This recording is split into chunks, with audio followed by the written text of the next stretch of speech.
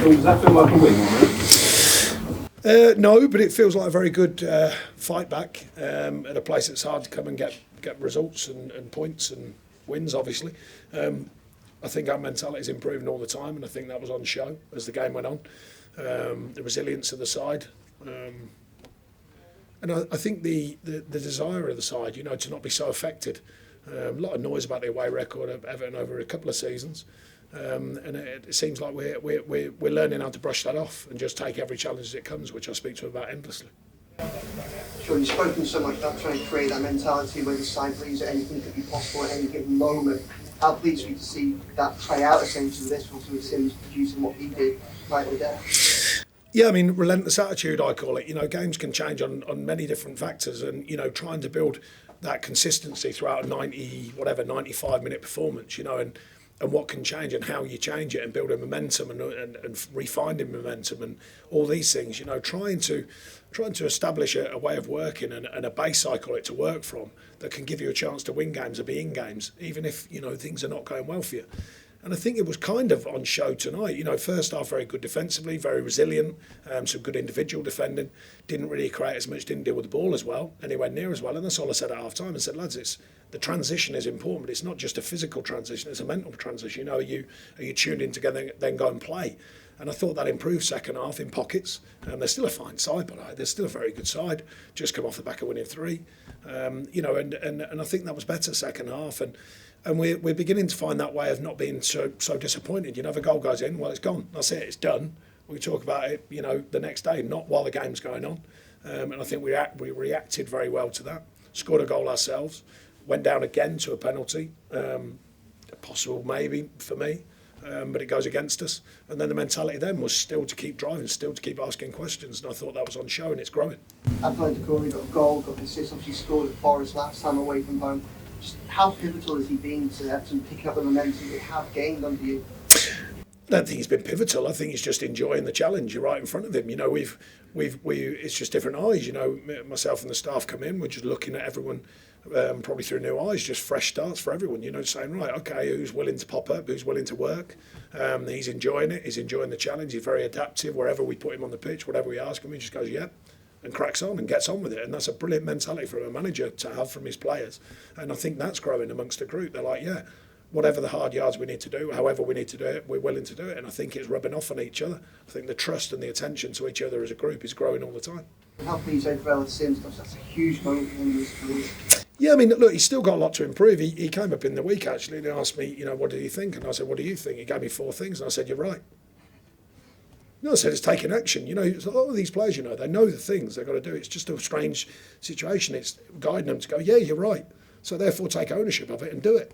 And I think tonight was a good sign of that. The difference in his physicality, he's quick, he's strong, but he used it. You can't just wait for people to allow you to use it. You can't just wait to be mature as a player. You have to earn it. You have to go and work at your game.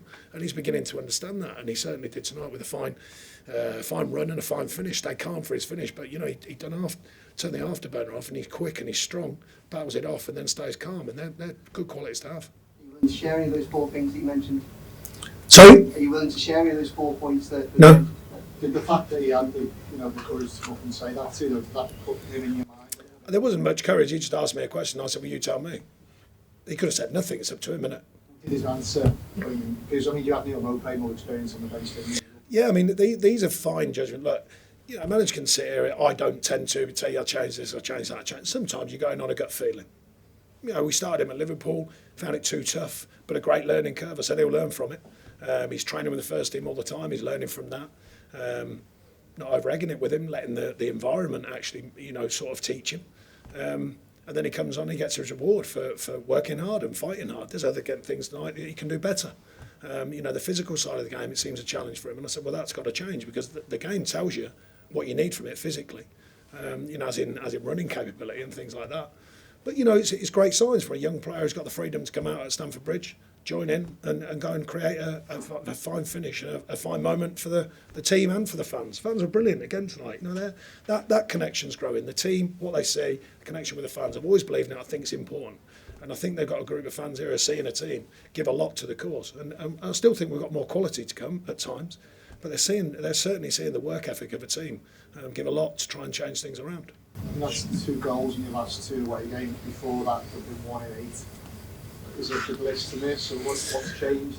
Well, I tagged it as that, meaning that, you know, I spoke to a bloke and said, look, you've got to have the freedom to miss it. You can't all be glory all the time. You've got to have the freedom to miss. You've got to go in with an intent to score. And if you miss, so what? I said, you won't be hearing from me. You'll only hear from me if you're not in there with an intent to score.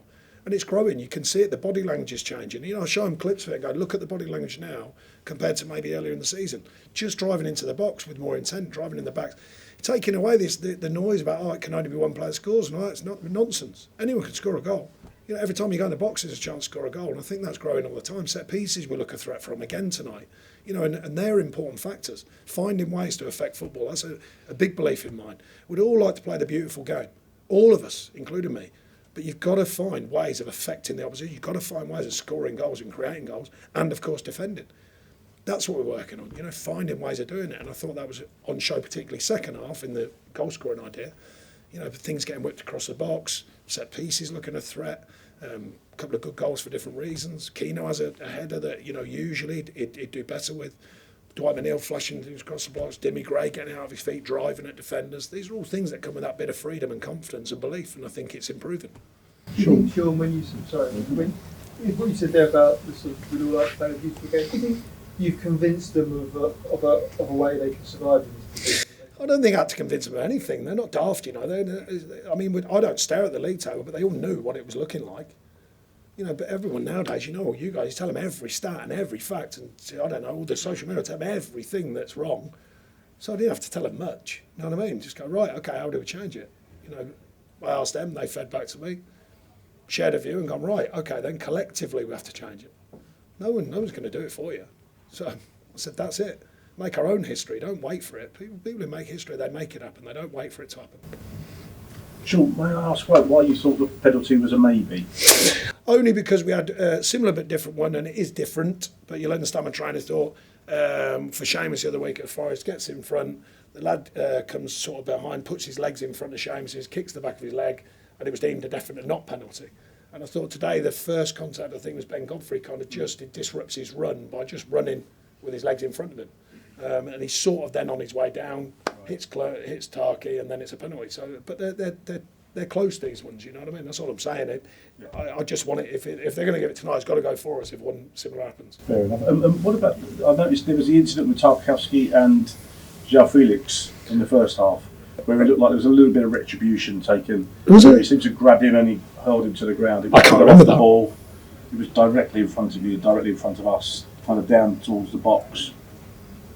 I can't remember that. No. I'm not imagining No, that. it definitely happened. No, yeah, I can't. I know I haven't seen it. Must have been focusing on something else. But no, I can't remember it. And a couple of your players had problems with their boots. Yeah, I have no clue about that. Yeah. I don't know how you want me to answer that one. Wrong. Amazing. I don't know myself. Right. That'll be for them to decide. They all can walk on the pitch before the game and have a look at it. You know what I mean? So. Is it frustrating that the international break comes now? No, not really. It's there in the calendar. Everyone knows it. You know, the players will, some will be away, of course.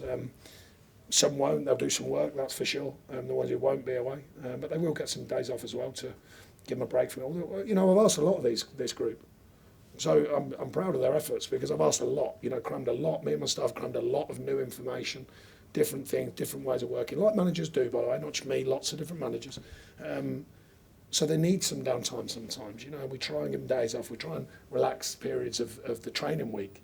But the work has to still be done, and they're certainly doing it. So therefore, they will get a bit of time off as well. Okay, thanks, folks. Thanks everyone. I'll check.